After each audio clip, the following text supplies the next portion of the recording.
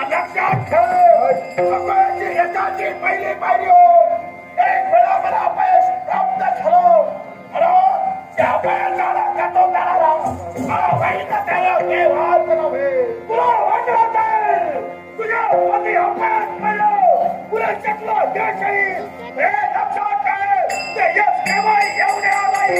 तुझ्या गटात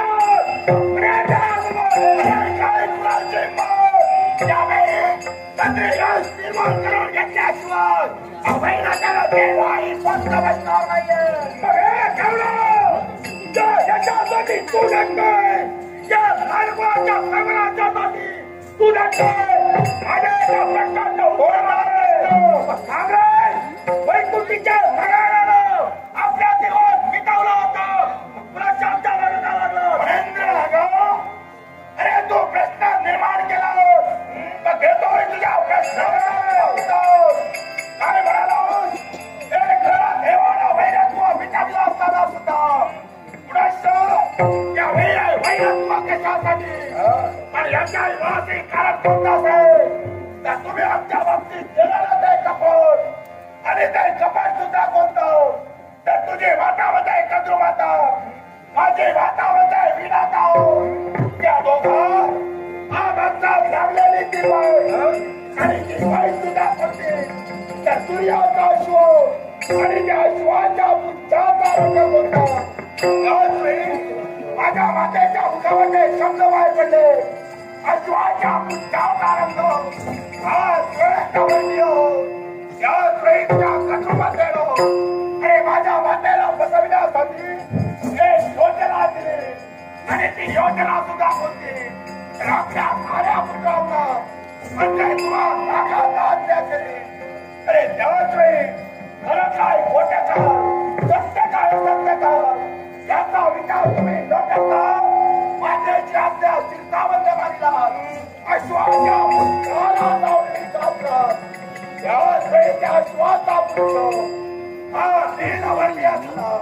अरे माझ्या मातेची बाजू सत्य असून सुद्धा तुझ्या मातेनं कटू कारस्थान करून माझ्या विनता मातेला स्वतःचं दातृत्व स्वीकारण्यासाठी भाग पाडलं. पुत्राचं कर्तव्य मातृत्व देवाच्या स्वाभिमानासाठी करतो आणि तेच कर्तव्य मी परिपूर्ण केलंय. मुक्तता केली पण त्यावर केलेली ती कठोर प्रतिज्ञा आणि ती प्रतिज्ञा कोणती असेल त्याच्यामुळं माझ्या मातेला दाखवतो करावं लागलं आणि शिवासाला स्वागत करावे लागलं. याचा नाद आपला प्रतिज्ञा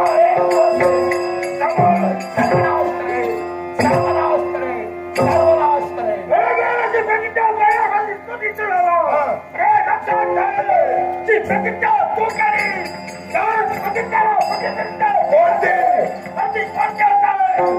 माझ्या बाई माझ्या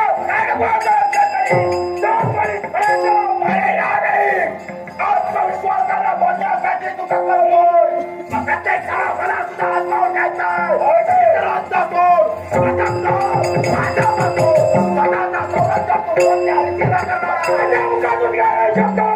सत्य करण्यासाठी वाटायचा प्रयत्न करावा लागला. माझ्या मुखाची शब्द सत्य केल्याशिवाय मी तुझे शब्द सत्यात उतरवण्यासाठी तू कितपत प्रयत्नवादी आहे. प्रत्येकाने त्याच्या हातावर करून गेल्यासाठी सत्तेचा फायदा तयार करतो. आतापर्यंत प्रयत्न केले त्या प्रयत्नाला जात झालं म्हणून तुझ्या समोर जिवंत आहे. आतापर्यंत प्रयत्न केला वाई प्राप्त होणार नाही. मी आत्मविश्वासाला तुला चांगलं मी